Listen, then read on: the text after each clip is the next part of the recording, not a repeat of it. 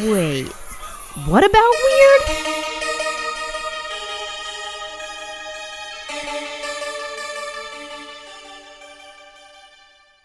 Hi, I'm Elena, And I'm Echo. and this is our podcast, What About Weird, a podcast discussing all things weird from cryptids and aliens to strange science and unhinged history. This week we're doing something a little different. We're not doing our normal research episode. We're doing a Weird Talk episode, which, if you're new around here, is where we just sort of talk about a topic for a while. And today we have a real treat for you. We are joined by the band Her Majesty. You may know them for such songs as Lady Void and Foggy Mornings in August. Say hi, guys. Hello. Hi, guys. Can you guys introduce yourself just so people know what everyone's voice sounds like and who you guys are?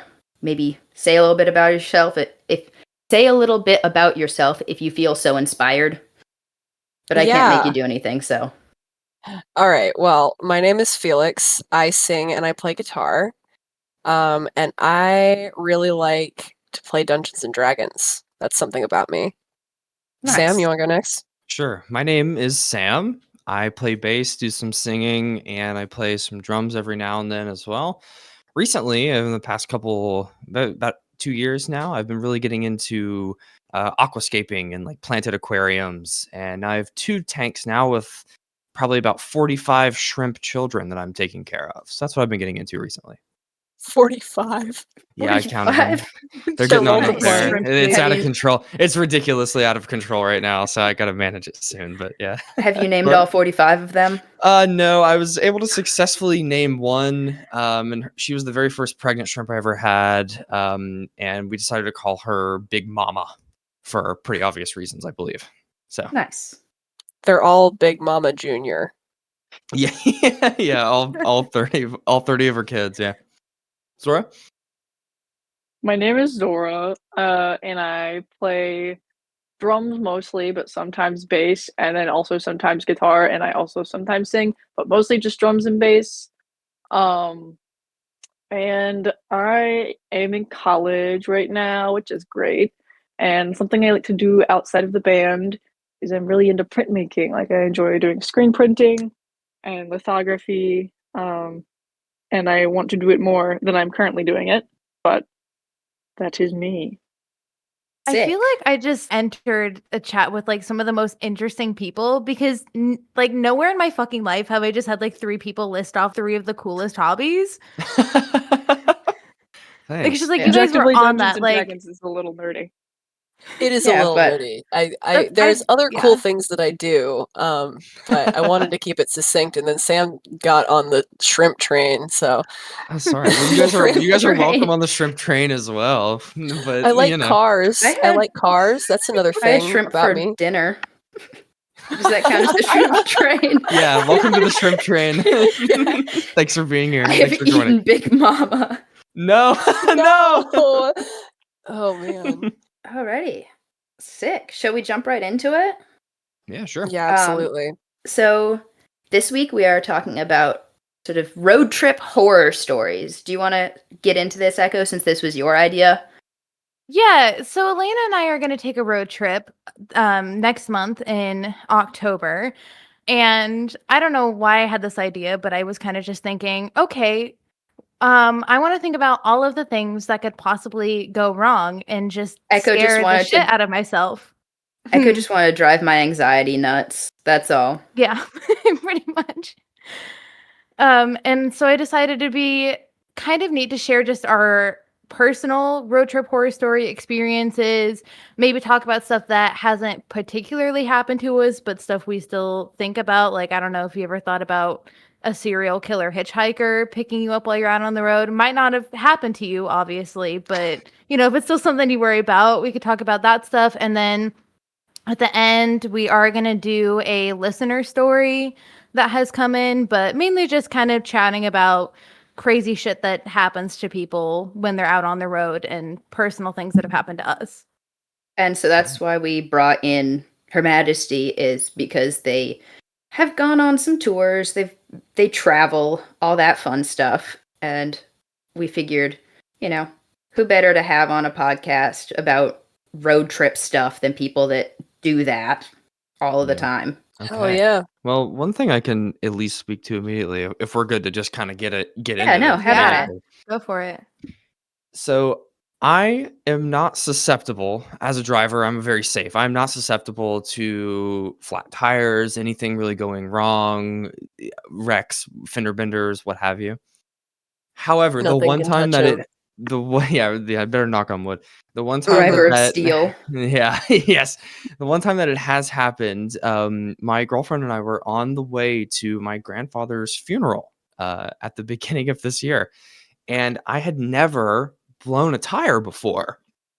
And this was probably the worst time to do it, given the circumstances and where we were going. And where we had to drive was about an hour and a half away, and about maybe 30 minutes into it, just driving randomly, we heard a loud pop in our back right tire of my car. And somehow when we pulled over, we got into like a church parking lot, and we had totally blown this back tire. This was crazy. Luckily it was in the middle of the day, so it wasn't too cold outside, but um both my girlfriend and I were dressed to the nines in like really nice clothes because we were going to a wake, actually, is where it was. But we were super hot, super embarrassed. We knew we were going to be late, and it was probably the worst thing ever. And my biggest fear that came out of that was, what if somehow, like, without me knowing, my spare tire had like come loose and I didn't have a spare. That's always something that I think about from time to time, is like I blow a tire and I'm expecting a spare tire to be there, or have like the jack or anything to do it with, but it just doesn't end up being there at all. Luckily, that wasn't the case for us, but it was really close, and it was still nerve-wracking regardless. That sucks. I had something similar happen a couple of times. So I had a leak in my tire, and I went to change my tire, and my spare was flat. Oh And then- no! So I managed to pump it up and get it switched out, and then so this was like the last few weeks of me being at my my last job. And so I put it in my car, and I never got that tire repaired, the original one. And so a couple weeks later, I get a new job at the job I'm currently working. And this may be my second week. I don't know, sometime in that range. I'm driving to work and I hear a loud pow. And I drove over something and got like a 2-inch hole in my tire. And I was like, oh shit, I gotta do something about this. And I'm like, on the highway, I pull off and I find like a parking lot to change my tire in, and I realized that I hadn't switched out my spare, and so my old tire, because my spare in my old car was just like another tire, not like a small donut. So I went to change it out. I'm like, oh no, it has a hole in it as well, and I'm just stuck in this parking lot in the middle of town, just like, what do I do? I think tire trouble is one of those things that it's unavoidable for most people who are on the road driving. Yeah. But Yeah. I would say maybe about 80 or 90% of the time, when you pop a tire, if you have a spare, the change will go over smoothly. But I think it's that 20% of the time that people aren't prepared for that really screws people over. Oh Sora, yeah, no, didn't for you sure. have an experience recently Oh yeah, you Mhm. did. with this very Yes. thing? Exact scenario. Yeah. Yeah, mine was more completely my fault because what had happened was I got a new car like 2 years ago, and me thinking, "Oh, I'll just be cheap," I took the spare out of my old car and put it in my new car, and I kind of, like, held it up to the lugs to be like, "Okay, it has the same number of lugs, it's roughly the same size, it's probably Oh, was fine." it metric versus standard or something? It was probably something like that, because needless to say, I was in Ohio at 3 in the morning with my friend on the Oh, way to the no. gathering of the Juggalos, and tire blows out. We're like, "Okay, it's fine. I'll just change the tire, I have a spare." Realize I don't have a jack.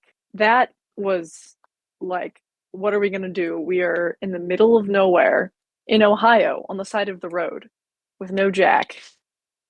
And so we ended up wandering around this area in rural Ohio, like asking anyone we could find if they had a jack. And we ended up actually making our way to the festival grounds and befriending a security guard who let us borrow his jack. At this point, it's like 7 in the morning, and we've been up all night. Like, we just drove through the night. Oh my god. So we get back to the car with this jack, start changing the tire, and then I realize it's the wrong size. So Oh no. Fuck. yeah, check What- to make sure your spare is the right size is the moral of that story. Yeah, Moral of and the- also of make all sure these that your spare stories- has air in it. Yeah, the that's- moral of all of these stories is make sure that your spare is okay and correct. Mm-hmm. Yeah. Yeah. Very Man, correct. Ohio is the worst place to break down. I mean, at least it's pretty hard to get lost in Ohio because all of the roads just go super straight. But it is just like Yeah. it is nothing, nothing, nothing, and then it's like Cincinnati, Cleveland, and then more of nothing. We ran Right. out We of had- gas on a road trip once, and Oh no. my dad had just Oh, got a God. Prius, and like this, like probably what 2012, because that's something around then. He had just gotten it, and he didn't know how far like a hybrid could go or whatever, and he thought he could go a lot further than he could. We get out to the middle of Ohio, and he starts running out of gas, and he realizes he probably only has a couple of miles to go, and the nearest gas station is 4 miles back or 10 Oh. miles forward. Oh no. And my parents did not have smartphones for the longest time, probably until like 2015 or something. And I guess the GPS in his car was weird and didn't know businesses. It only knows addresses. Oh, I And so see. we had to ask someone, and nobody has sympathy for a hybrid car that runs out of gas, we discovered. Mm, And also in Ohio, nobody has sympathy for anybody driving a Prius. I was about So, to say that also might have had something to do with it as well. yeah. Well, definitely not a road trip story. I used to deliver pizzas for work throughout pretty much the ending of my high school career, and every time I'd come home from college, I was delivering pizzas. And the only time I've ever had something tire related happen to my vehicle, I used to own a Jeep Liberty, a red Jeep Liberty, which is my favorite car I've ever had. And her name was Roxanne, by the way, if anybody was ever curious. And I think Felix and I had Felix etch a Felix, you remember this? I had you I etch did, a crown yes. into I etched a the Her Majesty crown into the I keyed Sam's car with permission. with I permission. put a little Nice. crown in there, like down like on the inside of the passenger side door. Correct. Nice. Yeah. I had in my old car, me and my best friend both took paint markers and did our little graffiti tags on the inside of the door in that exact same spot. Cute. Nice. Yeah, but when I had that car before it had been tagged with the Her Majesty crown, the only time I will ever say that I was at fault was I was pulling away from our store on my way to a delivery. I knew roughly where it was, but I didn't know the exact address. So I was going to put it in my phone as I was pulling away, and I pulled off into a neighborhood. And I was looking down at my phone, typing in the address that was on my receipt. And this is just a really classic not paying attention, looking down at your phone. And I was looking down, and I guess I swerved off to the right where there was kind of like the shoulder of the road, but I was in a residential neighborhood, so like the shoulder went up to a sidewalk that was like maybe like 5 or 6 inches of concrete, and I shredded and popped both of my tires like on my Oh, right no. side. Yes, it was front Oh and my back, God. both popped immediately, and it sounded like a shotgun had gone off like right outside of my window. It was so terrifying. And better yet, there was a family. It was a mom and a dad pushing a baby in a stroller, also walking a dog about maybe 50 or so feet behind me or behind my car, like on that same sidewalk. And they heard it and were rushed over and were like, "Oh my God, are you okay? Is everything all right?" And I was just so embarrassed because I had nothing else to tell them except that I was like, shit, like I was looking directly at my phone. Like, I Don't can't text believe and I drive, let kids. I know that's Yes. the whole moral. Yeah. Just don't even risk it, because even I was doing it for work, putting in the freaking address to go to this person's house, and it still got me. Yep. I mean, that's like a PSA for no phones while driving, dude. Literally.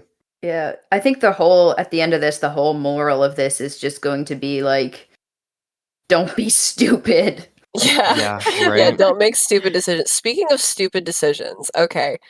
So, do you guys remember that time that we played in Fayetteville and Yes. we Yes. got it into our The first heads? time I met That was you. when we met. That was Yes, when we that was met. when we met So, you. Yep. the first time that we met, okay. Our first mistake was being in Fayetteville, I will say. Well, yes, granted, but also for some reason, we got it into our heads. We were gonna stay at our friend's house, and we got into our heads, actually, we wanna go home and sleep in our own beds tonight. It And was such an it was overwhelming urge, you know. it was such an overwhelming urge, and we wanted to go home so bad. And we were like, you know what? We'll just stay up most of the night, and then we'll sleep in late. It'll be fine. So we we were playing with the Orphan Riot guys, and we go back to their house where we were gonna stay. We pick our stuff up, and we're like, I spilled water all over my weighted blanket, and my weighted blanket was wet, and I had like a total meltdown about it. And it was like the middle of the night, and we were in my old car, and I'm so tired that I go to sleep in the back seat while with Sam and Zora in the front driving my car. And I remember about the first like hour of this trip before I fell just completely dead asleep. And Sam and Zora had this like nightmare adventure on the rural back roads trying to because I am usually the one who navigates for getting back to the area that we live in, Southwest Virginia, and they were just like blindly trusting Google Maps, and it took them on this crazy convoluted route that if I had been awake I would have stopped them, but I was not awake. And how The edge much of the world. would you say it added to our journey? At the very least, probably at least half an hour with all the turns and Yeah. everything, because we could Yeah. have taken a road where the speed limit was 45 or 50, but instead on this winding back path, it was 25 the whole time. And when it's 25 on a road like that, you know, the safe speed is actually about 15. So it goes down even more from Yeah. there. Well, when you're in a 2005 Honda Pilot, anyway. That too. Yeah, for sure. Yeah, that was a Yeah. crazy night too, because I remember, I do remember you passing out, because I drove, I think I remember driving that portion, and I think it was that night that Zora, because you were passed out, and Zora like leans back like while we're in the middle of it, and just so pissed off in the thick. We're like, damn, we should have stayed home. And Zora like leans back and takes a picture of you while you're asleep. And Zora just like is cackling on her phone. We're like, Felix looks. I think you said they looked I looked like a bowling pin. like a bowling pin. I is looked what like a it bowling was. pin, like straight up, because I had my flannel wrapped around my body, and I'm like leaning against my amplifier, and I might have been Sam's amplifier. I don't really remember, but I straight up looked like a bowling pin. Like, That's so true. I'll have to find the picture at some point. And then I wish I knew exactly what time we dropped Felix off at their house, but I want to say it was probably maybe close to like maybe 3:30 or 4 in the morning. Oh my god! And It then was so bad. and then and from there, because Felix lives about an hour from where Zora and I were going to go stay back at my parents' house. And so we started driving down the mountain once more. And I remember we were at the top. We were about to hit the top. Zora, I hope you remember this, but like we saw not the sunrise, but we saw the morning light like starting to come through the sky and through the clouds. And it was I think we may have gotten home at like 5:45 or 6 in the morning. Oh, I remember that. Yeah, me Yeah, too. and the worst part about that for me was it was a Saturday night, and I was working at a summer camp at that time. So, like, my first obligation of the day was Sunday at like noon. So we got to Sam's house at, I guess, Sunday morning at like 5 in the morning. I slept Yeah. for a few hours and then immediately got up and went to camp at noon. Oh no. Yeah, it was. Yeah, I it was was a completely rough dead night. to the world for the rest of the day. Honestly, I didn't have a terrible night because I was sleeping for most of I was it. about to say, right, you got to But bypass all of it. So. You guys had a bad night, and I feel Yeah. remorseful. you slept like a that I bowling was not pin. there. Yeah, I slept like a bowling pin. That Oh was a good one. man, That was one of the longer trips that we've been on as a group before. yeah. And to this day, I question why we were like, yeah, let's just go home. Something, but the problem is like all three of us agreed. Like, We and did. that's why I'm having such a hard time like trying to We had a little think back meeting and about remember it. Yeah. We had a little meeting about it and everything. I remember standing in a circle outside of the skate shop and being like, "Do you guys Yes. just want to go home?" And we were all like, "Yeah, let's just go home. How bad can it be?" It was bad. We've had Oh, some pretty man. long trips before. We've made at least 2 trips down to Anderson, South Carolina. Yeah. At least twice now, but those trips I can't really say that they've been Those trips were like good. weird or Like, nightmare inducing. Yeah, they were just kind I of like fun road trips honestly, with the buds. the worst thing that happened was Sam getting covered in poison ivy.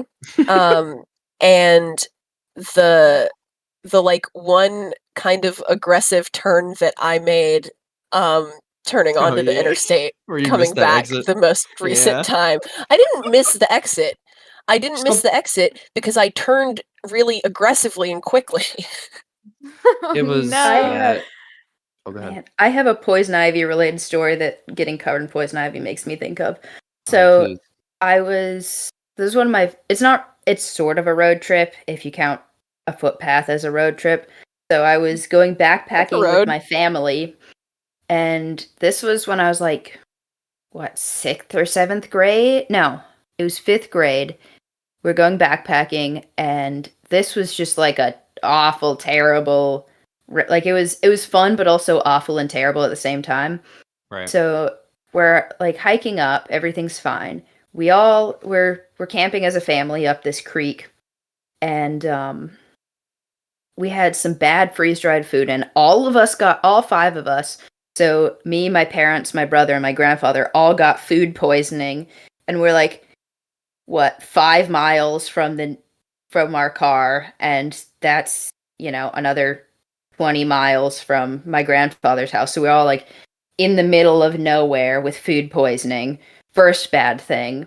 And then on the way out, there's just all kinds of other stuff. I don't remember what all happened, but I remember the food poisoning, and then I remember on the way out, my dad like messed up his knee really bad, and we realized later that he tore his meniscus leaving. Oh my And gosh. like almost Oh, fell off a man. cliff.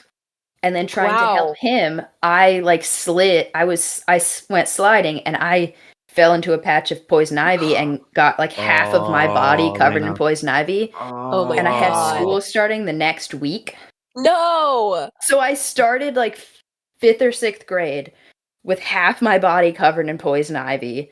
And my Oh, dad had to go and Wow. get knee surgery after this. And That is yeah, terrible. and then we all got food poisoning, and no one in my family eats beef stroganoff anymore after that, because it was like freeze-dried beef stroganoff. Yeah.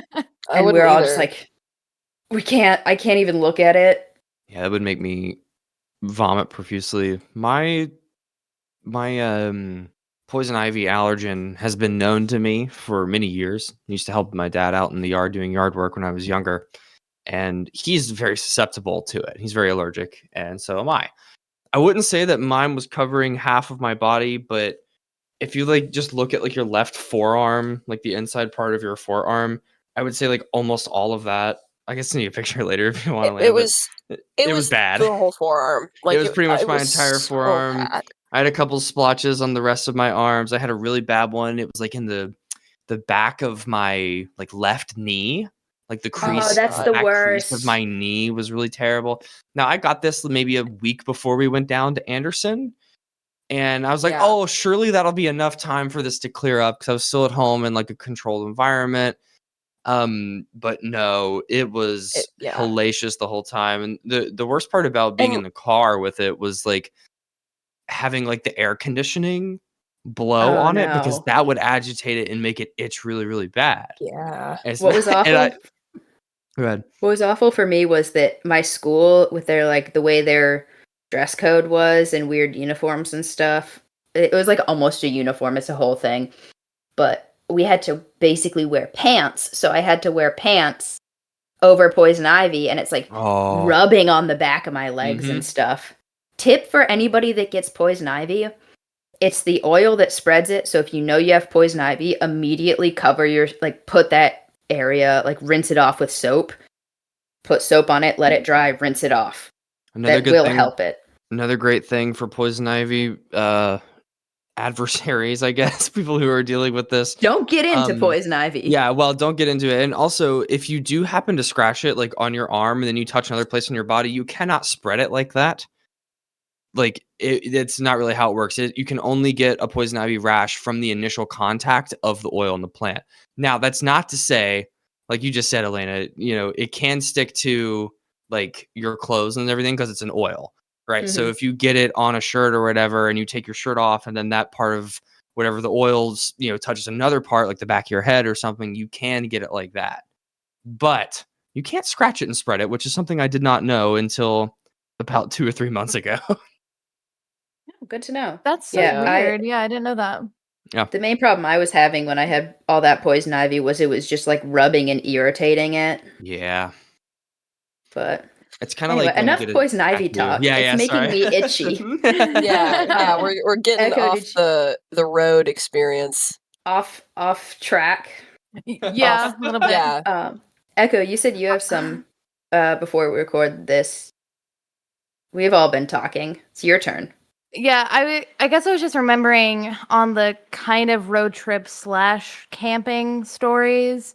There's this one time I was in, I want to say middle school. I might have been in 5th grade though, where my dad and I went on a road trip to Arizona to help my step grandma move out of the state. And we just road tripped. He had like this insanely tiny little car. Like, I don't know if you guys have ever seen a Chevy Sonic, but it's like not much bigger than a smart car, like super tiny to go do Oh, this road wow. trip in. Oh, like a And- that is a small car. I just That pulled is up really an image. small. like the That's little a tiny car. Hondas. The Yeah. what's it called? Honda Yeah. Fit type size. Yeah, Pretty exactly. much, yeah. yeah. Those are Super cool. tiny. But anyway, so we drive out to Arizona. We help her move all her stuff in, and then we're going to road trip back to Colorado. And we stopped in, it was Sedona, Arizona, and it's the middle of summer. And we're thinking, like, the days are 105 degrees. The nights can't be that bad. The thing is, Sedona, Arizona it's the is desert? like, it's the mountain region that's Oh, a it's little the bit mount- cooler okay. than the rest of Arizona, but it's also the desert, which gets fucking cold at night. Mhm. And there were not really any hotels open for us to stay in. And also, like, my dad and I are notoriously, like, kind of cheap. We will not spend money on hotel rooms if we don't have to. So we I had feel like brought you have camping the- gear. I feel like you have the Midwest audacity where you're like, oh, 14 hours, that's nothing. My dad's from the Midwest, and half the time when we drive to see his family, it's just like we can make it from North Carolina to northwestern Indiana in one day. It'll be fine. It's only 18 hours. Oh gosh. I feel like that's your family, Echo. Yeah, pretty much. We will just keep driving straight on through. I know, like, I will take stops now. My dad just fucking goes. Like, he has no stop in him. But we decided to stop for the night. It was really late at night at this point, if I remember correctly. Like, I was falling asleep. And we're just looking for some place where we can camp in, I don't remember exactly where we were in Sedona, Arizona, but it was some kind of foresty area where there were like camping sites and stuff. Except all of the camping sites we were passing kept saying, like, hey, you can't camp in this area because there's like flood risk. Did we pay attention to Oh those my God. signs? Oh, No, gosh. because we were like No. putting up a fucking tent. Thank goodness. I understand deserts and stuff, but I do feel like if I saw a flood warning sign in a desert, take I'd it be like, this is a seriously. joke, right? This has got to be a joke. Yeah. Like around here, you see a flood thing, and you're like, oh no, we're taking this seriously. Right. And like, I could have swore that was the reason on the signs. I don't know. This was like so many years ago. My dad listens to this podcast. He might be like, that's not what they said, but that's what I remember them saying. Some sort of warning, like we couldn't camp. I was pretty sure that it said like flood risk from what I remember. But we set up the tent anyway, like whatever. We're just going to get a couple hours of sleep and then hit the road again. And so we set up the camp and we're both like laying there in our individual sleeping bags, like fucking freezing. We are so cold. I have had never been that cold in my entire life, I swear. And so my dad is finally like, "Are you sleeping? Because I'm freezing to death." And I'm like, "No, I'm not sleeping." And so what we decide to do is like he just unzips his sleeping bag and we both cram ourselves into the same sleeping bag and like huddle together because we're so fucking cold and it's like the only way we can like keep warm. And I swear to God, we probably got like 30 minutes of sleep that entire night because it was not only man. so uncomfortable because the sleeping bag was just like stuffed with two Right. people for a one person sleeping bag. Yeah, I was about to say, I'm sure it But wasn't we built were for two of you. No, I we have- were still like freezing our asses off too. Oh no, I have a similar story to that, also involving freezing my ass off in a tent with my dad. What was it, 2020? I don't remember when it was. But so me and my dad decide to do like a freelance for fun science research project in like do water surveys in That's cool. Pisgah National Forest, and we're sending all of our research to a park ranger, just as like a fun thing.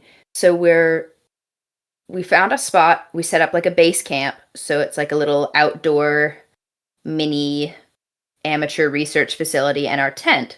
And so this is up in the mountains, and we had looked up the weather, and I'm not sure what happened between looking up the weather and packing or what, but somehow we got it in our heads that, oh, it's the middle of summer. It's not going to be that hot or that cold at night. So for some reason, we didn't pack sleeping bags. We brought like one blanket each. I think I brought a flannel. We didn't bring... No. I brought a pair of pants. My dad didn't. He only had shorts. Didn't bring any flannel, any jacket, anything like that. And we're like, it's not going to be that cold. Why we got this in our head, I don't know.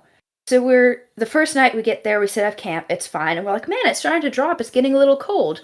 So it starts dropping, and the thermometer in the car read like 47 degrees. And wow. I had my pants and my flannel and my blanket, and that's it. And it is so cold. And it was one of those days where like you sort of get warm and then you move an inch and then you're automatically freezing. We did not sleep at all. We're like pressed up against each other trying to warm up.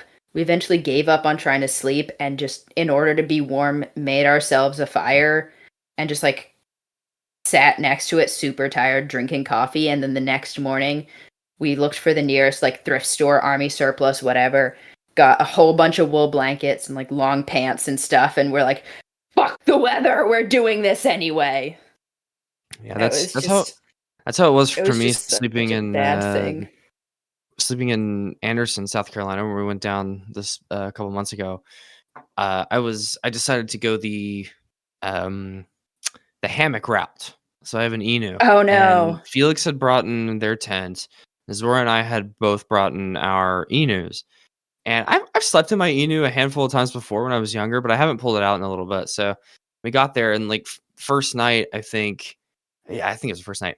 Same thing. I was like, when you move an inch, like you're a little bit warm, and you finally move an inch, and then it's like everything's frigid. I remember like waking up in the middle of the night, probably like maybe 2 or 3 in the morning. I didn't have my contacts in, I didn't have my glasses on hand, so I just like threw myself out of my hammock and like walked sort of the trek towards my car so I could go get some more like another blanket or like my sweatshirt that I had brought with me. Same thing, miserable because it was so hot and humid. It was like 95 with like a 60% humidity during the day, but then it would get down to like 67 during the evening. And you're like, oh, that'll be such a nice, cool temperature to relax and go to sleep to, until your body also starts wanting to drop to 67 degrees. Then you're like, oh, this might be worse than hell.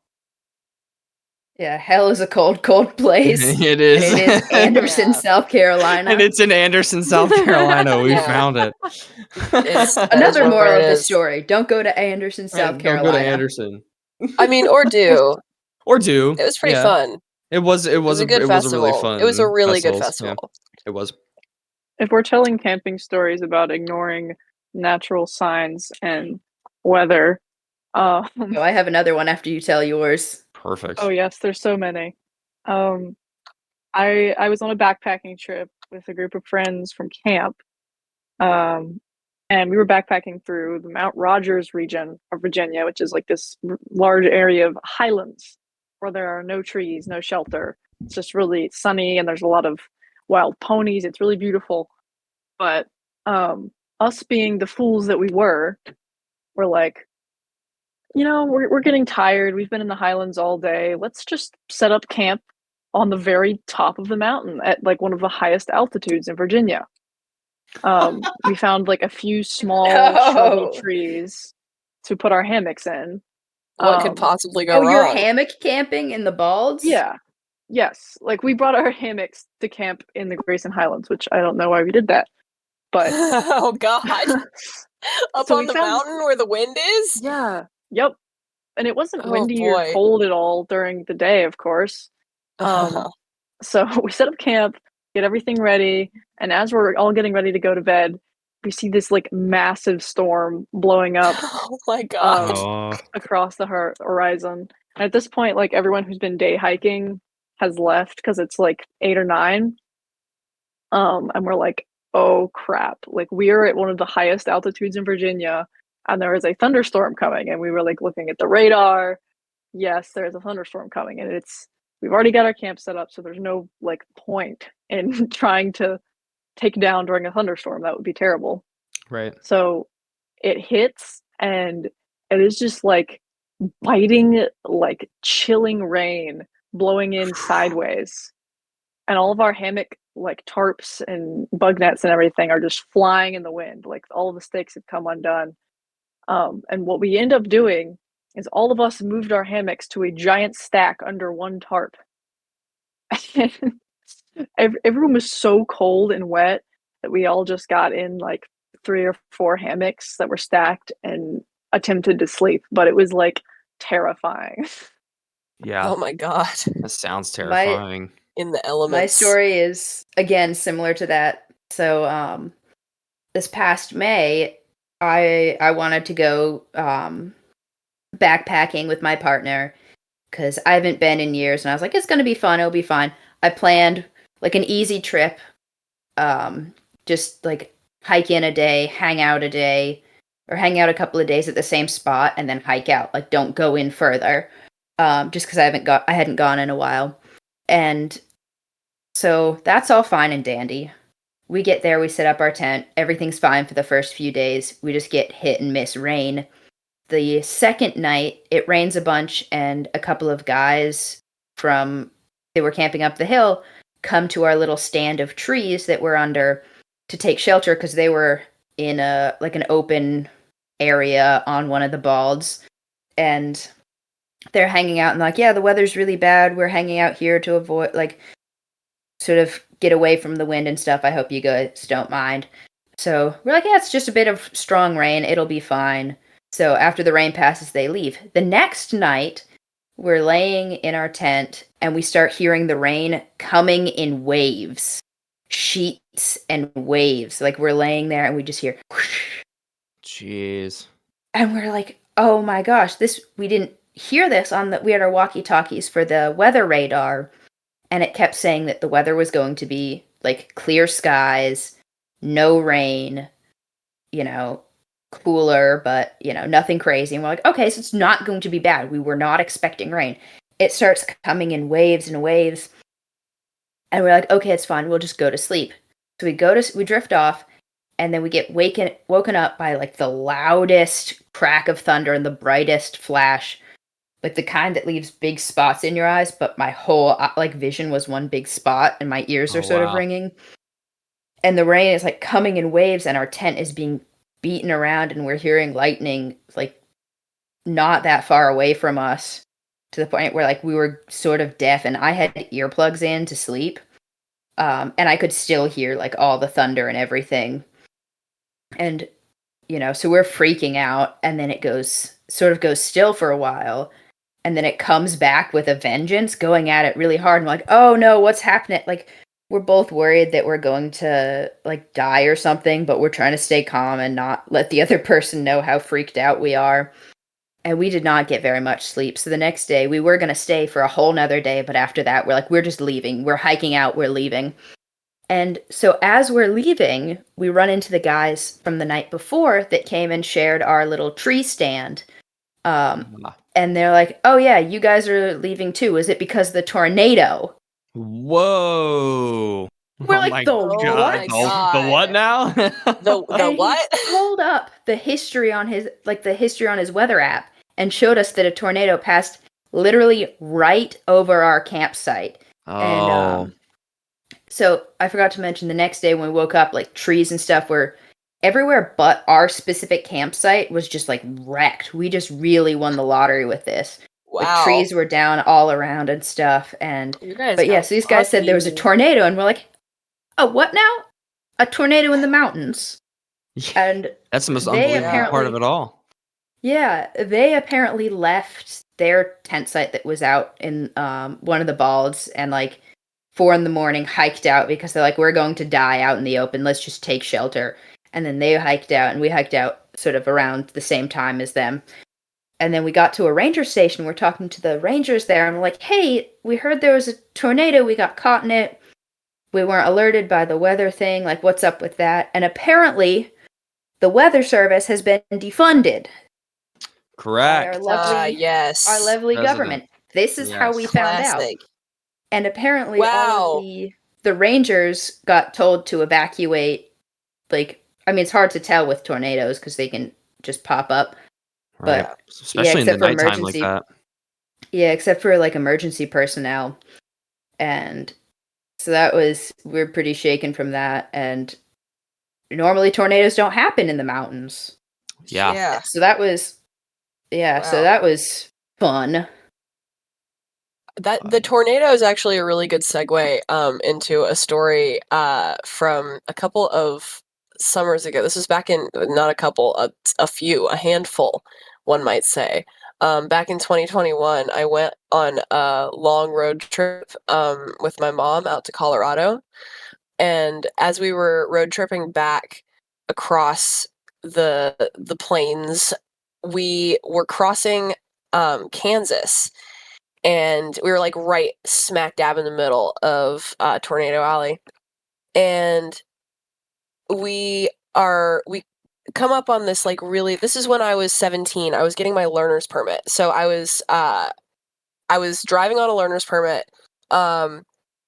And I was logging hours, and we come up on this massive thunderstorm, and this is my first experience. I've been getting interstate driving experience on this trip, and this is my first experience driving in like heavy rain, and we did really good. And it was so heavy I couldn't see 10 feet in front of the car. And this is in the Midwest where the speed limits are 80. So of course everyone's not going 80 in the storm. Everyone was probably going like 60, which is still incredibly Pretty fast, yeah. for us. Yeah, for the a South could crazy never. thunderstorm. Yeah, for real. The South could never. You get 3 drops of rain, and the speed limit turns into 5. Although I will say, in Virginia on the interstates up here, it can get pretty. People can get pretty rowdy. People are the speed limit is 70, and people are going 80 pretty consistently up here. But anyway, we come up on this storm, and we decide to take a truck stop so that we can check the radar. And we see that it's just this massive red cell. So we take like half an hour to just like chill out at this rest stop and wait for this massive red weather cell to go past. And when we get back on the road, one of the lanes is closed. And so traffic is really slow. So we're going along, and my mom is driving at this point because she's like, I don't know what we're gonna come up on in the aftermath of this storm. I think I should just drive. And I'm like, yep, that sounds great. So we get back on the road, and the entire right lane is blocked off. And there are, no, I'm not even kidding, there are cops every, I want to say 50 to 100 feet. Like there's so many. And traffic is really slow. We're moving along. The entire the entire right lane is blocked on the other side of the freeway too. And eventually we come up on this area where we're like, oh, I see what happened. Because up in the distance, we see there's a bunch of tractor trailers like on their side. Oh. So there's Oh one my. on its side, and then we go a little bit further, and there's one in the median that looks like it has been picked up by a giant hand and smashed into the ground. And then there's like 3 or 4 more. There's a lot that looked like they just got pushed over, and then there's a lot more that looked like they were like grabbed by a giant and smashed. And there's like a bunch of trees that are all torn up, and we realized that a tornado went through.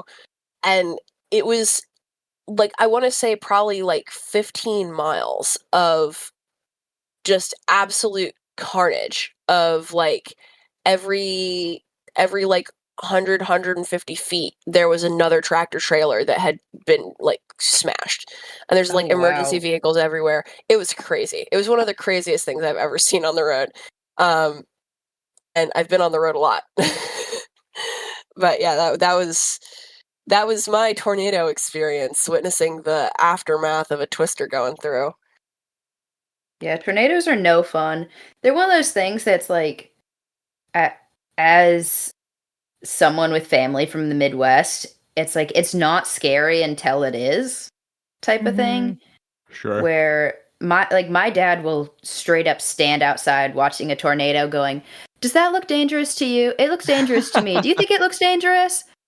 Yeah, Oh my we're God, fine. It's yeah. not heading our way. You can see it's moving, and then it'll be like, "Okay, everybody get inside. It's moving toward us. It's moving toward us." And then it'll peek out the window. It's like, "Oh, it's going away. We can go back outside." It's like a Wow. hobby for them. I'm telling you. Yeah. Oh man. So I feel like we covered a lot of really good stuff concerning like things that can happen with your car, things that can happen with the weather. But do you guys have any experiences where you've like run into people on the road that have like been genuinely scary? Like you stopped at a gas station and there's been like just some freaky ass person there? That's I just would driving through the Midwest. Yeah, I would say like for me I'm very cautious when I drive. I think being on the road, being in these gigantic death machines that everyone drives daily is a very dangerous task for anybody. And that kind of adds to it as well. Just random people you might see at a gas station or broken down on the side of the road. Of course, there are horror stories of people getting kidnapped and anything else by just trying to help somebody out who seemingly is broken down on the side of the And road. this is why we don't pick up Yes, hitchhikers. Mhm. I don't play around with that in any way, shape, or form. Of course, like you can't really help it sometimes. If you're at a gas station and you're like it's the middle of the night and there's some people hanging around. There's some situations where you're gonna find yourself in regardless, but I do my best to limit those interactions to as minimal as possible. Yeah, I Oh, do haven't I have really either, stories? Oh but no, same. People are scary. Zora, you sound like you're angling to share. Yes. So this is a story that I was very close to when it happened, and all of my friends were there, but I was not at the exact place where it happened. But it needs to be told because I think it's a good cautionary tale for when you're traveling.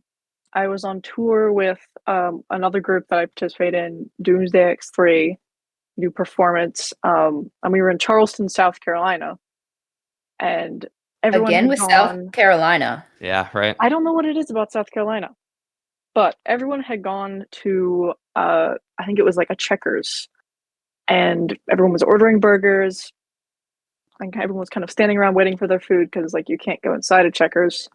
And this guy starts coming up and asking for food and money, and of course all of my friends are like, no, no, we're not going to give you food and money.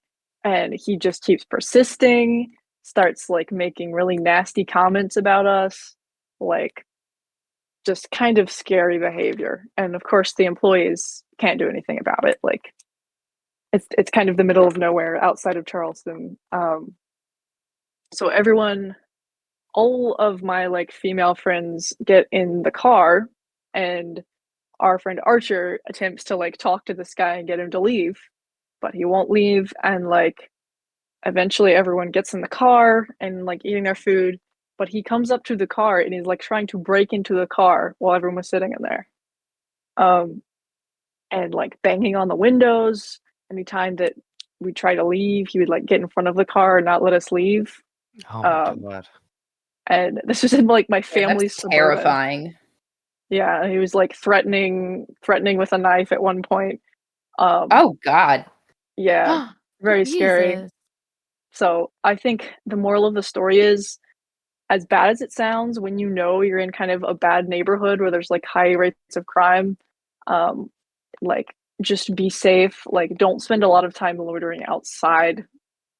I know that sounds bad, but the area in Charleston where we were in, same thing happened in multiple different ways in the time we were there. So we kind of learned know to your just surroundings. stay in the car. Yeah. Yeah, always keep your head on a swivel for sure. I'm lucky enough not to have too many experiences with like people. I have a couple like staying in some weird sketchy hotels on family road trips. But the closest thing to encountering like people I've had is so I had just gotten this is when I had just gotten my license. I maybe had it for like a week or two, and I had like my full license, not my permit or anything, and I'm driving back from somewhere. I don't remember where it was. And I'm passing the post office. I get a little bit further, a little bit past where the turnoff for the post office is, and this man, I swear, like wearing nothing but underwear, comes running out of the woods with like a pill. You know how pillows come in like little packages, like little plastic? He's holding a pillow in the plastic, runs out of the wood, chucks it like in front of my car into the road, and then runs back into the woods. And I'm like, Oh. what just happened? Like it was just such this short, like 2-second interaction. Just like runs out of these woods, runs back in, and every time I pass that on the way to my parents' house now, I'm just like, oh, that's where the guy in underwear threw a pillow at me. I have no idea what was going on there, because this wasn't like in town. My parents live like edge of the middle of nowhere. You know, it's the post office on one side and the like road to the post office on one side, and then woods and a couple of houses, and it's like, you know, houses aren't too close, they're a good distance apart. So it's not like it's like a neighborhood or anything. It's just like houses. So this guy just like runs out of the woods. But that was the only person interaction I've had on the road, I guess you could say. Yeah, at the night during the night, it's hard to tell because people can hide everywhere under the cover of the evening, under the Well, cover this of was the in night. broad daylight. Oh, This is in was I broad must have missed that. I'm daylight? Oh sorry. my I'm sorry. I God. missed that. Broad daylight. That's That so. is- Yeah, that's even worse. Broad daylight. I Okay, would have. man in That his would have taken underwear, me. broad Yeah, that would have hit daylight. me like a truck. Yeah, that's crazy. Yeah, I Oh my still don't God. understand what that was, and I'm like, I don't even know. Part of me is like, this got to be a dream. Yeah. But it's one of those things. Hallucinated It's it. like I know it wasn't, but it was so weird. Wow. I do have another brief anecdote as advice for people who have like gear, either musicians or like if you have nice backpacking gear. When I was on tour with Doomsday, we were in Knoxville, Tennessee, at this venue called the Pilot Light, and we were loading out after the show, and that involves, of course, carrying all of our stuff like across the street to where the car is. And we were kind of putting stuff by the car and then putting it into the car because we have a lot of stuff. And this woman comes up and just starts digging through our stuff and like taking things. And like we had to get the manager of the place to come talk to her and watch her and make sure she didn't abscond with any of our stuff. So like if you have gear, keep it close to you. Like Yeah, no doubt. Yeah, That's one thing I crazy. worry about too. Being a musician who's constantly traveling is I've heard horror stories of all my like favorite bands on the road getting, this was, in the 80s or 90s, but they would go on and tell stories about having their gear stolen and not having any gear for the next, 4 or 5 shows that they have booked and what they have to do and like all the shit they had to get through to get it back. So Yeah, You definitely. better knock on wood, man. I don't. Yeah, for real. I'm not fucking with that. I don't want anything happening to our shit. No, Oh my absolutely. god. And it's let it be known that yeah, I mean pretty much just reiterate what Zora said. Always keep an eye on your stuff. There's Especially a if you're in reason. highly populated areas and stuff like that. Mm, So there's a reason my guitar never goes out of my sight. yeah, I Like I feel could that. I could handle my amp getting stolen. I could handle like my cables, my pedals, any of that doesn't matter, right? That guitar is a piece of my soul, and if anything Yeah. happens to it, I am not responsible for what I do. I am not It's all responsible admissible. for my actions. I might go just medieval on someone's ass, man. Like Yeah, and I'm not messing around. and at the time that I guess I can share this story now because it's the conclusion of the story. This story is Oh actually my ongoing. god. No, it's not Um, concluded yet. I still have to it's go not get it. concluded Oh my yet. It god. is still ongoing. But I can definitely speak to this when it comes to keeping all of your stuff accounted for. So we just got back. I shouldn't say just got back, but last week, last Saturday, we played in Greensboro, North Carolina at Yes, Hangar I was there. It was 1819. Yes, cool. Elena was there. It was wonderful. Thank you for the pictures, by the way. We appreciated that a lot. Yes, of course. Anytime. Because we were out on the road, I have a nice little camera here that I have sitting next to me. It's the DJI Osmo Action 4, I think. Regardless, great camera. I've been using it to record our sets from back behind the drum set, and all of the POVs have turned out really great. So, but to do this, and this camera is a nice action camera, so the videos are large. The storage sizes are in like the 30 and 40 gigabyte range when I'm taking a 30-minute video. So, I have to take a hard drive or something to store these on, so I can keep clearing the what's it called, the SD card after every show. So I ended up, for this run of shows that we did going down to Greensboro, I brought my laptop bag that has like my laptop, a really important hard drive in it, some headphones, other various things that I would need to have very standard camera upkeep. And at this last show, I was doing a really good job keeping up with all my stuff, like I usually am, because I'm very ornery about that, and I don't like leaving places without everything that I came in with. However, on last Saturday in Greensboro, I somehow managed to leave my laptop bag at the venue, and this the gravity of this will hit here in just a minute when I explain what was on it. But luckily, I had taken my laptop out. My laptop was still at the hotel that we were staying at, so that was fine. I wasn't too upset about that. I still had my laptop, had my charger, I had a couple other things with me that should have been in that bag that weren't. What was in that Yeah. bag, however, was a really, really expensive pair of headphones that I own. And above that was the hard drive that I discussed earlier, that I brought up earlier. That is kind of like it contains almost everything Her Majesty related. Is So the Her Majesty hard it drive. is the Her Majesty Oh, hard drive. shit. So it has like almost every single professional looking photo that's ever been taken of us is on that hard drive. Every video that's ever been taken of us is on that hard drive. All of the stems for all of our recordings are on that, as All well as all of the our masters, music.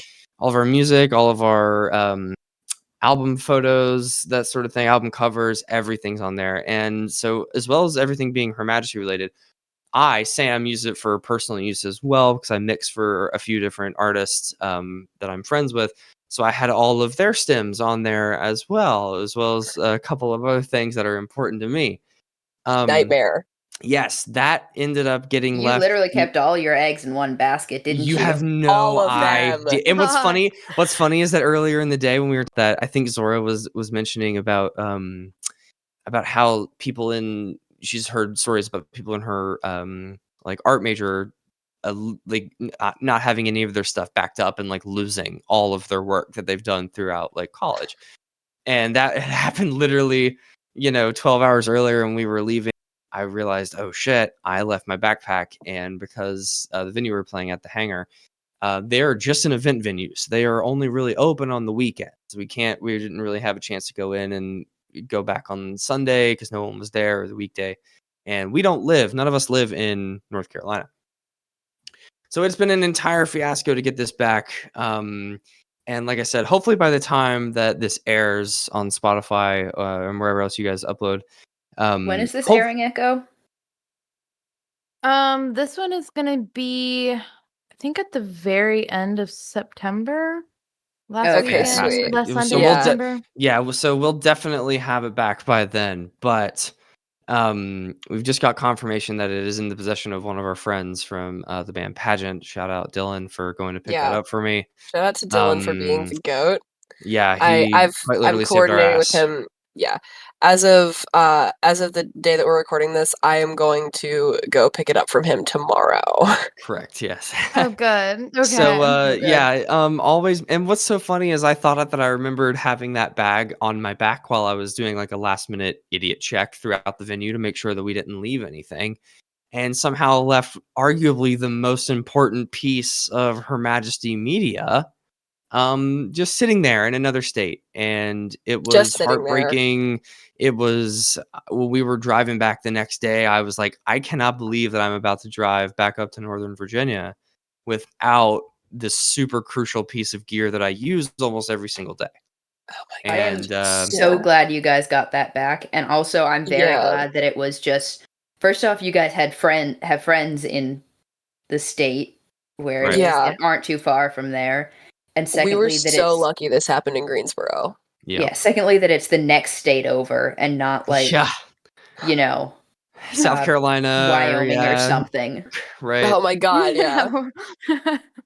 So yeah, definitely make sure. I mean, if you are willing to bring really expensive and just like gear and stuff that you're willing to use, or even if it doesn't even have to be gear, as something as small as like a phone, if it's super important to you and you use it on a daily basis, always make sure you're keeping track of that, because the anxiety I've been through the past couple of days trying not to think about it is just eating me away. So Yeah. Like always take care of yourself. I've been in a state of low stress this whole time, and I told my mom about it, and she's been in a state of low stress about it the whole time. Like it's yeah. Yeah, It's almost over though. Tomorrow we're almost there. I'm gonna go We'll get have it. our hands on Home it stretch. soon. Home We're right stretch, yeah. there. I was able to relax a little bit because yesterday I was playing some jazz music at a gig last night, and luckily Dylan had called me. He FaceTimed me and was like, "Hey, is this the bag?" And I was able to visualize it and see it. And so I was able to relax a little bit. And actually, funnily enough, this is kind of for Felix and Zora, but I need you guys to both know that my bottle of Pepto-Bismol was still in the side pocket of my Oh my backpack. So god. I'm Yes. looking forward to getting that back as well. Yeah. Yeah, that's arguably the most important item, actually. Right, yeah, that was left behind. Yeah, of course. I was wondering if that had been in the bag too. Damn. Yeah, sure enough, it was there as well. So Wow. Oh wow, that sounds like a whole fiasco. yeah, was. yes, and still kind of currently is, but yeah, we're working Not towards for it. very much longer. Not for very much longer. You'll have it back by the end of the week. So Well, I suppose. you were Oh, gonna say something, Echo? I only have one other kind of person-related road trip horror story, and then it's probably the last one that I'll share. But so I am originally from Colorado and then moved out to North Carolina. And really, I just kind of wanted to get out of Colorado because it's the only state that I've ever lived in. And I kind of wanted to see what else was out there. And so my partner, I decided we were just going to like completely pick up our lives in Colorado and just move to wherever we wanted to move. And I was thinking about going to graduate school. So I was looking in like specific states that had good graduate programs for what I wanted to do. And we were really mainly looking at Tennessee because Vanderbilt University is there, and then in North Carolina for UNC Chapel Hill and Duke University. And so what we decided to do was because we had never visited any of these states, lived in any of these states. I wasn't sure if I was going to like the universities or the areas that they were in. We just decided that we were going to take like quite literally an entire month to just road trip out to places in these states and kind of check it out and see what it was like. And so it was literally just an entire month of us road tripping to different states, checking out the area, touring apartments, touring universities, and all of that stuff. And we didn't get hotel rooms because we had no money and we were being super cheap. So we were just sleeping in my partner's car every single night the entire time that we were doing that. And this isn't like a big car either. It's like a sedan. Yeah. Oh, that's rough. Yeah, that does sound rough. So yeah, we And were you guys, literally you guys had your dog with you too, didn't you? Or was he No, with your we parents or someone? No, we dropped off my dog with his mom. Okay, good. So, or we dropped off his dog with his mom. My dog was with my grandparents. And so, yeah, we were just like sleeping in this car and living out of his car for an entire month. And what's really weird is that entire month sleeping in random fucking parking lots was perfectly fine. Well, it finally gets to the day that we are actively moving our stuff. We decided that we liked North Carolina. We really liked the Chapel Hill area. And so we were like, all right, we're going to move like near that area. And we packed up all of our shit, was like actually just sitting in a horse trailer down at my dad's house. He's like a cattle rancher and farmer. So he just lives in the middle of nowhere in eastern Colorado. And like all of our shit was in a horse trailer. So we rented a budget truck, put all of our shit in it. And then my partner drove the budget truck out to North Carolina while I drove my car out to North Carolina. And we were originally, to be safe, stopping at every single gas station together. So we stayed together.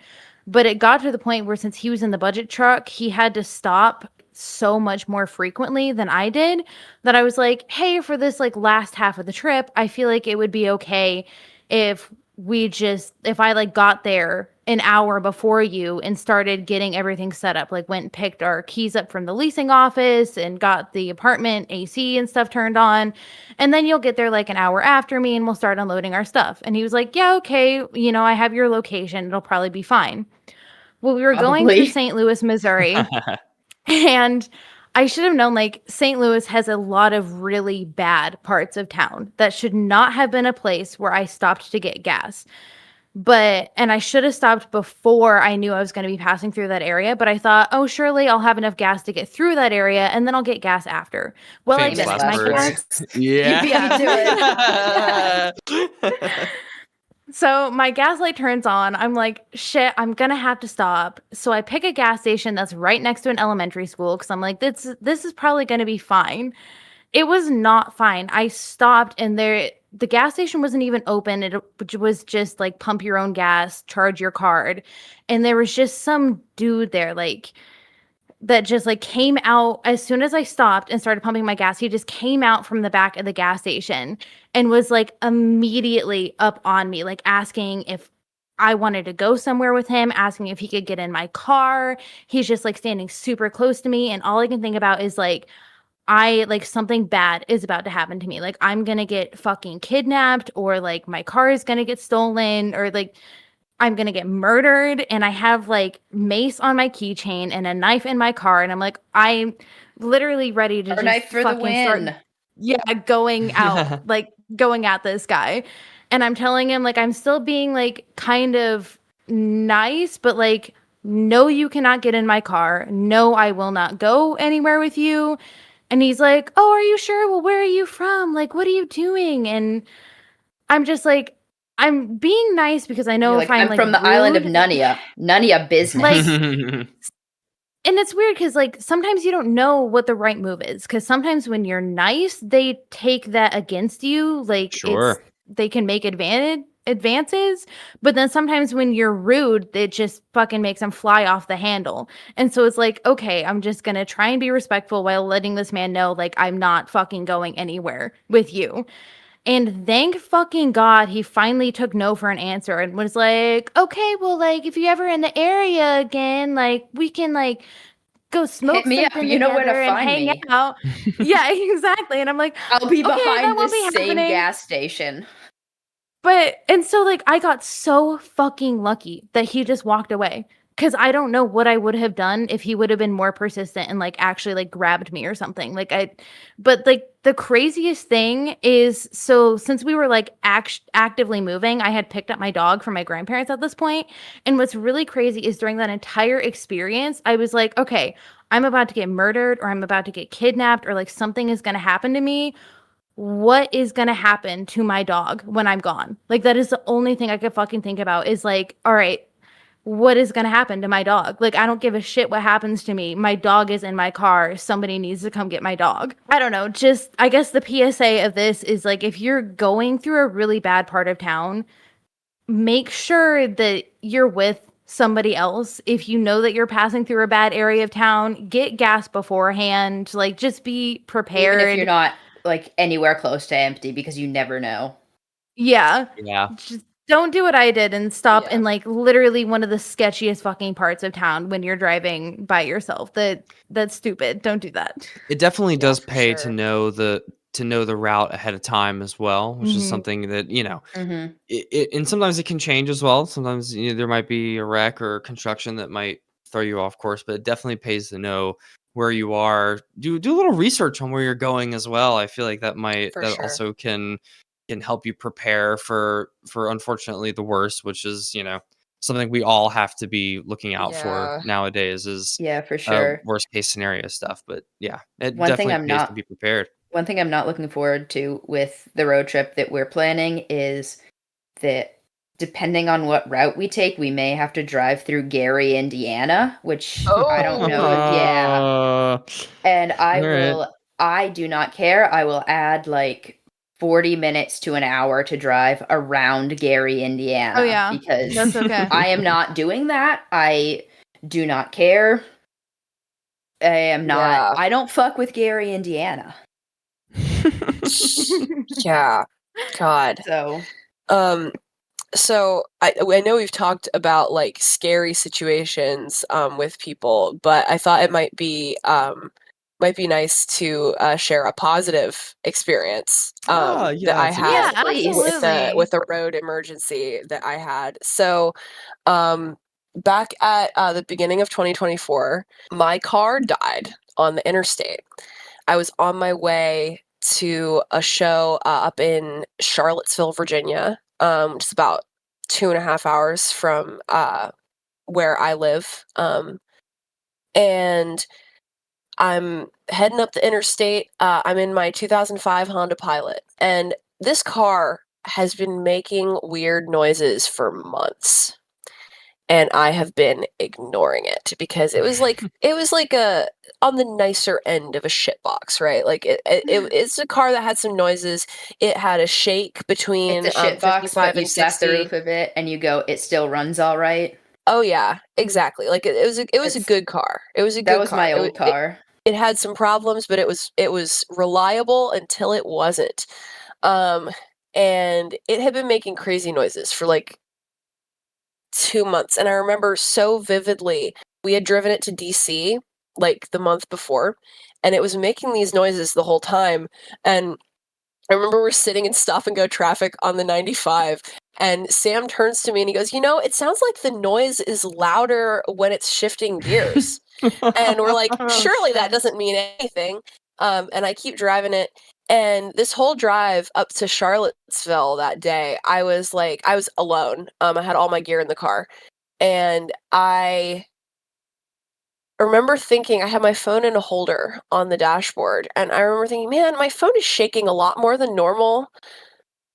Surely it's fine. And I'm on I-81. I'm in the left lane. I'm climbing a hill slowly. And Is this the event that suddenly, inspired the song?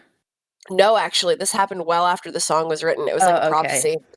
Um, the song totally came true, though. I did break down on 81.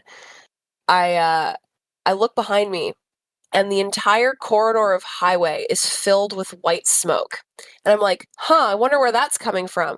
And I look, in my Can't rear view possibly be again, me. and I realize that it's coming from my car, and the smell that's filling the cabin is what I think is power steering fluid. I thought my power steering was what was making the noise, and that's why I hadn't gotten it checked out. So in my panic, there's smoke. There's smoke coming into the cabin and filling the corridor behind me. I have to get off the road immediately. Something might explode, right? I'm not thinking about the fact that the smoke is white, and that doesn't mean that it's on fire. So I dive off onto the median. Oh I'm in the left no. lane, so I'm trapped in the middle of the interstate. I dive off onto the median. I stop my car in kind of position. The butt end of my car is 2 feet from traffic, and because I had dove off thinking I was going to be able to move the car again. Spoiler alert, folks, the car did not move again. So I'm like at the bottom of this hill. It was maybe the worst possible spot, other than like just shoulder with a rail and concrete, right? Like I'm in the grass at the bottom of a hill in kind of a ditch, and I get out of the car. I'm like kind of having a panic attack, and then up on the highway ahead of me, I see there's just smoke pouring out. I open the hood. There's smoke pouring out. I'm like, fuck, what is happening? Up on the highway ahead of me, I see a guy in a like non-state affiliated roadside assistance vehicle backing up along the side of the highway, and he comes to a stop even with me on the other side. Perfect timing. And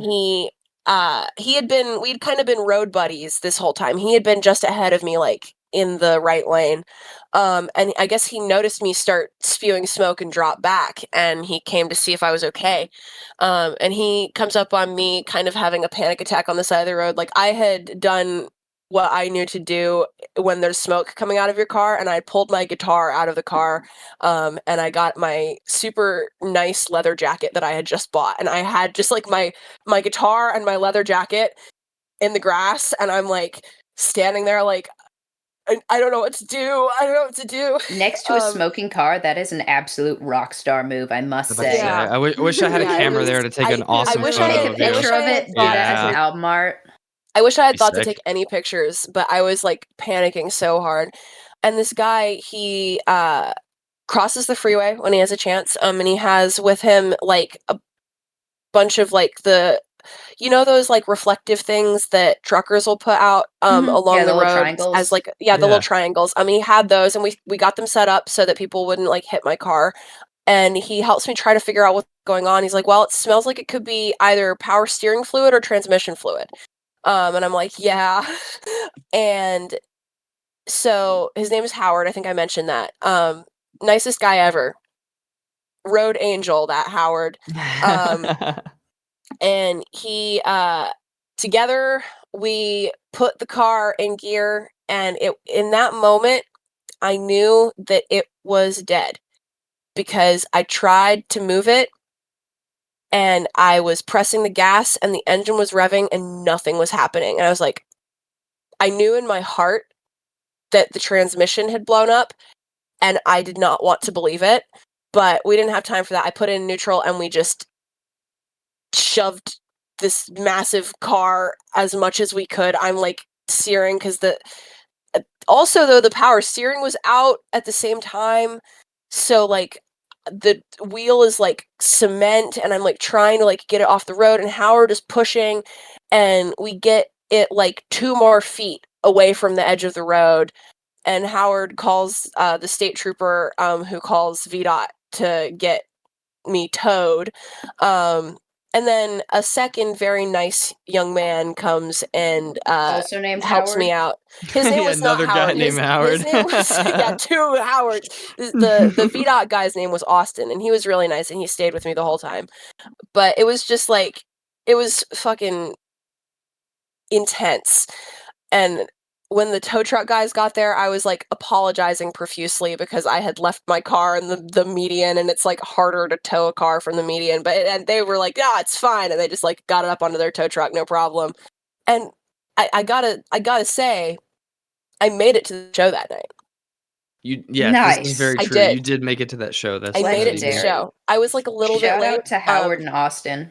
Yeah, shout out to Howard and Austin and Rick, the tow truck driver who dropped me off at the gas station. He didn't drop me off. He took me to the gas station so that I could pee, and then he took me to the mechanic shop that he had found. Like I asked him, okay, where should I take my car to leave it? And he was like, there's a mechanic right up the road. He will see what is happening to your car and give you a call when he knows. That was just one of the craziest days that I have ever had. And my mom, my angel of a mother, was having a spa day in Roanoke, which is closer to where I was. So she's the one that came and got me. And she's wearing her sweatpants and sandals. And she drives me all the way up to Charlottesville. And we play this punk rock show in a muddy backyard. And it was one of the best shows we've ever played, ironically. It was a And fantastic I don't remember show. most of it because I was so flooded with adrenaline. But it was a really, really good night. And I'm very proud of myself for persevering and very grateful for Howard and Austin and Rick for all being just total road angels and saving me from my self-inflicted situation where I didn't get the noise checked out until it was too late. And by the way, it turns Our out maintenance that is important. yeah, it is. There wasn't really anything I could have done though, because my transmission was stuck in second gear. And it had been the Oh. whole time. We drove it to Ooh. DC. Shit. We drove it I to see the problem. DC, stuck in second gear. And I drove it to, this is when we were recording our EP, Roses for All My Friends, and we recorded it down in Oxford, North Carolina. That's where our producer at the time was located. So we drove it up to DC. Right up the road then from my parents. And then I drove it down to Oxford, and then I drove it back up to Virginia, and then I Oh was my driving it to God. Charlottesville, and that's when it finally gave up the ghost. So Oh no. I was abusing it, unfortunately. It was a good car. I miss that I'm car. so glad that we shared a positive story at the end because that's agreed. a really good one to kind of linger Yeah. on. We'll read So I'm that. gonna go ahead, and share our listener Before you read that, I just story. want to add one quick Oh, yeah. little thing. This is What About Weird, a weird podcast about weird things. I would be remiss to ask, do you guys have any paranormal related road trip stories at all? Or no? Yes, Oh no? yeah. Or anything that made, like, you passed someone on the side of the road and then you saw they weren't there in your side view mirror, or do you just not have anything? I feel like I have to ask. I'm not entirely sure. I'll say not yet, but I'm sure yet. that there might be something in the future. There have been a few times where I've been on the road where either a car will seemingly appear or disappear in and out of like my blind spot. If I think they're going to pass me, I'm like, oh, I'm merging onto an interstate. There's a car here, and then I'll look back again. I'm like, oh, there's no car here. But sometimes I can just chalk that up to highway hypnosis or me just being a little tired. But Yeah. not yet. But my eyes are for sure peeled because I want to see it. Yeah, I haven't seen anything weird like on the side of the road necessarily, but I've definitely like hallucinated at very specific points on very specific roads, like habitually. Interesting. Could be something there. Maybe it's Mostly, something with that specific road and that point. I think so because Interstate 64, or it's not an interstate, Highway 64, which runs from like Stanton to Richmond, a road I drive very frequently, and it's about 200 miles of nothing. It's just straight trees on either side is nothing. And I'm frequently driving it like 3, 4 in the morning, 2 in the morning. And I always, around mile marker 164, if I am driving in the dark by myself, I will always see like a plane landing on the interstate. Huh. What? Whoa. Ghost That Yeah. is really weird. That is so weird. Oh, It might man. have something wild. to do with the fact that my partner's RAV4 was totaled around mile marker 164 by a deer. So Interesting. Ooh. yeah, well that's definitely could've been interesting that you mention Is there an car being airport around there totaled. by any chance? there might be. No. I'm not sure. And you just the angle at it, it looks like it's landing on it, and then it's landing like behind it. That's the only thing I could think of to explain it. So that Yeah. is wild. It's funny that you mentioned the car being totaled because I do like sometimes when I'm driving on 81, like I can like I feel like my car is starting to shake when I get to mile marker 187, which is where my car broke down. So I'm like feeling like the ghost of my car that died. Ghost of Cars Past.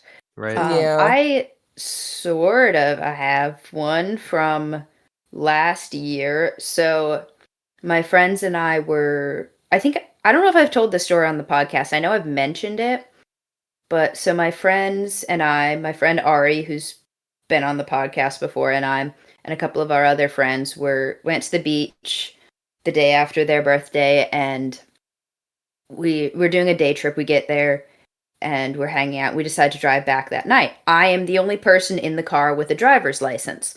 None of my other friends have a driver's license. We're in my car, so I'm driving us back. And so we went to Nag's Head. It was Okay. Nag's Head, I believe.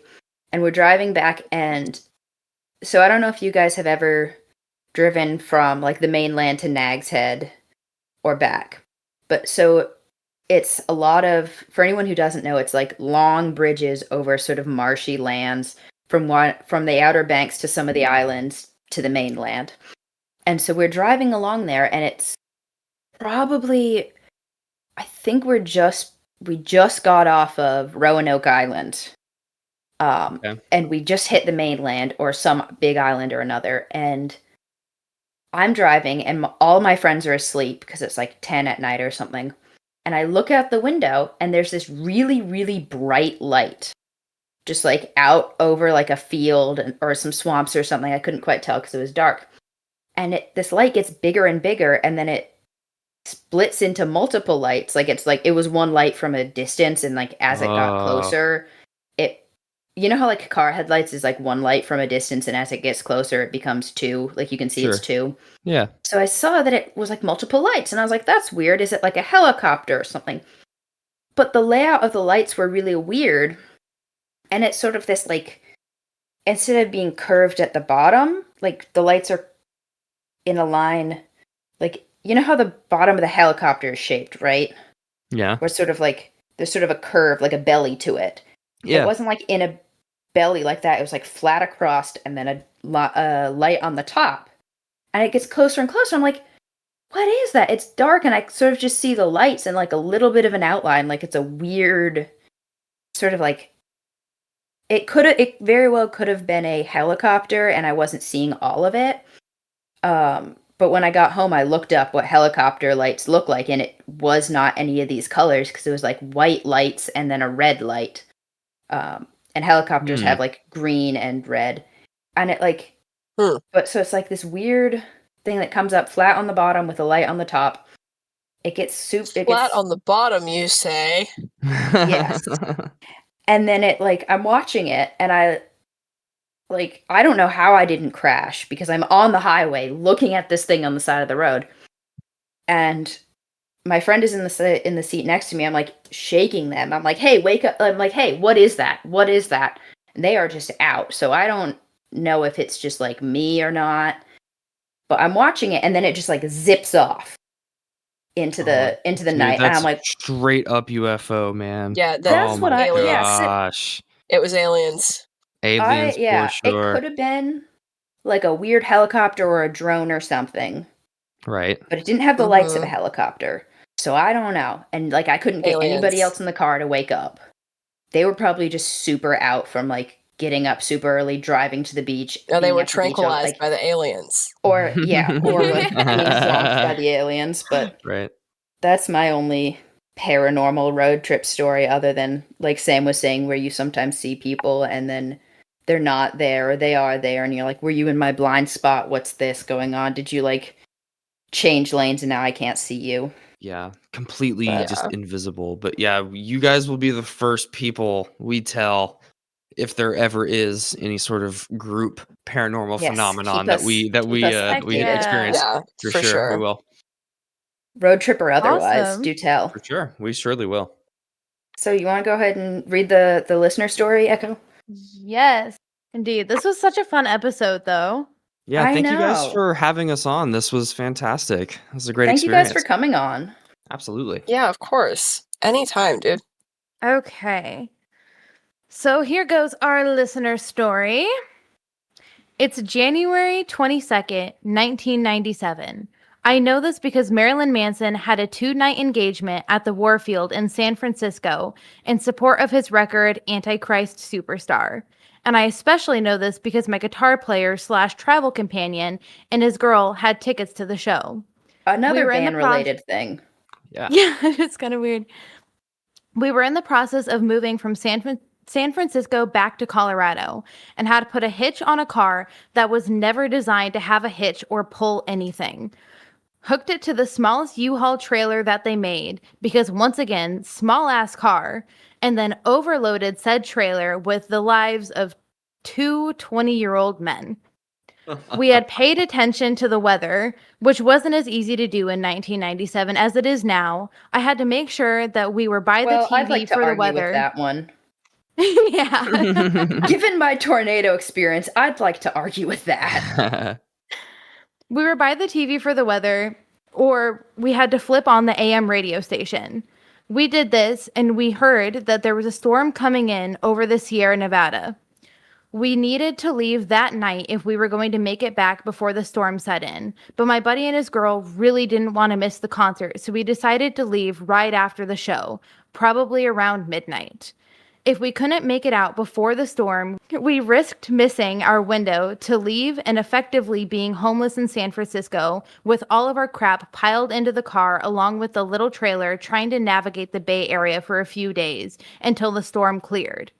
After the show, we figured we could make it to Tahoe by 4 o'clock in the morning, and the storm wasn't supposed to set in until 6 a.m. No problem, let's go. Everything was groovy until somewhere Famous at the last base of the words. mountain. Mhm. It started to snow. It wasn't much snow, so we figured we'd be okay until there was a road stop telling everybody that they had to turn around or put their chains on. I did not have chains, but luckily there was an entrepreneurial soul that was willing to sell us a very reasonably priced set of snow chains, which I had to read directions on how to put on with 3 inches of snow on the ground. Mhm. Up the mountain we went, cruising at a fairly steady climb for a moment until I'll be damned the snow kept falling. Well, this wasn't supposed to happen. The snow was big, heavy, and wet, and we were in a Honda CRX 2-seater car pulling a small U-Haul trailer that was overloaded, and there was no way to turn around up the mountain. We went groovy moving at about 10 to 15 miles an hour until we hit the summit. Upon the descent, I began to notice that as I pumped the brakes, the car was not so eager to stop. So I used my manual transmission and the motor to keep me at a steady creep down the mountain. This worked wonders for quite some time until the semi-truck in front of me stopped. I applied Oh. pressure to the brakes. I pumped the brakes. The truck was stopped. I wanted to stop. My car did not want to stop. Luckily, No. we are only going about 10 miles an hour, and snow was pushing on the front of the bumper because it was getting so deep, which helped slow the momentum of the car, and almost got stopped in time when I feel the trailer start to slide and push my car right into the back of the semi-truck. Mm. I never quite noticed this at the time, but semi-tractor trailers have a little safety bar that was the perfect height to hit my bumper and keep my windshield from hitting the back of the trailer. The trouble being that the trailer was jackknifed and sticking out onto oncoming traffic's lane, and I was up against the back of a semi-truck that was stopped, and there was no way in hell I was going to be able to back up or separate myself from the situation. After a very short eternity, and what felt like a great long while after panic had set in, the truck in front of me started to move forward. Being that I did not see any pieces of my car peel off as he pulled away from me, I figured it was okay to put it back in second gear, pop the clutch, and let that sucker jump its way down the hill once again. This trip shouldn't have taken us longer than 4 hours. Now it had taken 10. The sun was coming up over Tahoe, and we were working our way to Reno, Nevada. The fun did not stop there, however, because there was a nice storm across all of northern Nevada and snowstorms in the Rockies once we got to Wyoming. Finally, south of Cheyenne, as we watched the sunrise for the second time in what was supposed to be a 20-hour road trip, we finally what I want to ran know is, into did good they weather. get any sleep at all this trip? It does not sound Or are like they it. Dude, just like probably taking it not. in shifts of... I bet they were. Like, I didn't ask, but I bet they were. We just, finally like, ran into one good guy's weather. up for 15 hours and then the next guy's up for 15 hours Shit, dude. sleeping in the I bet car or that's what? exactly how it was. Yeah, because they had all their shit in the car. I don't know. A trip that took me and him 18 hours now took 36. A word to the wise: when you take off in a little Honda 2-seater car pulling an overloaded U-Haul trailer over the Sierra Nevadas, when you stop to get gas, make sure you call your mother, which I didn't do, and that wasn't very nice because she thought I was dead. Aw. Oh man. no. So yes, That call your sucks. mom, let her know you're okay because she's probably freaking out and fucking crying. Listen, Okay, because so- and that's also probably exactly what this person described in their story is probably exactly what the mom thought was actually happening. Yes, it's like in her head. Yes. The worst case scenario, actually. Yes, exactly. Yeah. So what have we learned today? Let's see. Keep an eye on your spare tires. Yes. Transmissions are evil. Yeah. Because this come up in like 2-3 stories. Make sure you always have extra gas. Keep track of your important electronics and gear. Keep an eye on your gear. Check the weather. And call your mom. What else? And call your mom. Yeah, go call your mom, you mom, guys. yeah. Everybody go call your mom right now. And don't drive on 64. I mean, or do. It's a pretty fun road, actually. It can be okay. all right. It can be Do all it right. if you're bored and you got nothing to do for the next 3 days. That's right. Yeah. All right. Well, where can Spotify listeners find you? Find your music? Plug you guys' stuff, all your stuff. Well, we are Anything actually coming up on. by the time this gets released. Speaking of Spotify, if you're currently listening on Spotify, you can go up to that nifty search bar and type in the 2 words "Her Majesty," and you might see 3 of us standing in a parking garage holding some really cool-looking roses.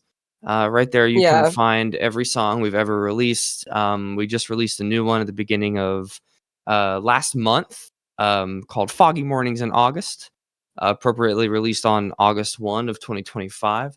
So you can listen to us there. You can listen to us on YouTube. We have some music videos out, and really anywhere else you can or possibly can stream any sort of music, you will probably find us there. So we will be coming to Bandcamp soon, and if you want to shoot us a message on social media, we can burn you a CD. absolutely, you can find us at Her Majesty VA, I believe, on Instagram. Yep, Her Majesty VA Yep. on Instagram, and for We'll streaming, make sure to tag you guys in socials posts and stuff. hell yeah. For streaming, I would recommend that you search a song along with the name of our band, because there are other things called Her Majesty, like the Beatles A lot of song that songs. might The Beatles might song come is a up good one. Yes, first. yeah. So I would look up Her Majesty Foggy Mornings in August or Her Majesty Roses for All My Friends. Or and if you want to those look, will if you want be to type in a portal. shorter word other than just, if you want to type in one word, if you just, Her Majesty Bile will also Yeah, point Bile you in is the a right good one. direction. Yeah. Awesome. All Do you right. guys have Elena- any shows coming up at the end of September and October that you know of that people can go check you out at, or do you not know yet? Yeah, we have 2 shows in October. We are playing on the 3rd at Super Rad Arcade in Lynchburg, Virginia. And on the 18th, we will be at Coffee Hound in Harrisonburg, Virginia. Awesome.